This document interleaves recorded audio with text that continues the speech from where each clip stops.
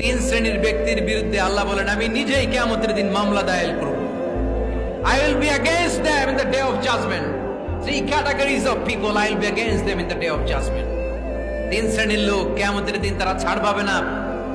আল্লাহ বলেন আমি নিজেই তাদের বিরুদ্ধে মামলা দায়ের করব। এর মধ্যে এক শ্রেণীর লোক হচ্ছে রাজুলুন ইস্তাআজারা আজিরান ফাস্তাউফা মিনহু ওয়া লাম ইউতি আজরা।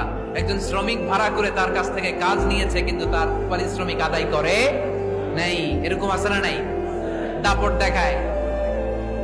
দেখায় ইউনিভার্সিটির ক্যান্টিন গুলোতে, ইউনিভার্সিটির ক্যান্টিনে যে খায় মাগার বিল দেয় না, এরকম টাকায় দাসরা নাই। চায়ের দোকানে চা খায় আগে পরে দিমু বিল দেয় না, আছে না নাই?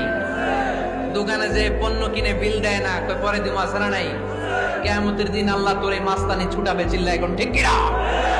আনা খাসমুহুম, আমি নিজেই তাদের বিরুদ্ধে মামলা দায়ের করব। কথাটা কার?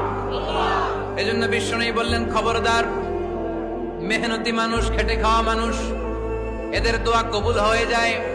আতুল আজিরা আজরাহু ক্বাবলা আন ইয়াজিফা আরাকুহু। খবরদার, বিশ্বনবী বললেন শ্রমিকের ঘাম শুকিয়ে যাওয়ার আগে তাদের পারিশ্রমিক মিটিয়ে দাও।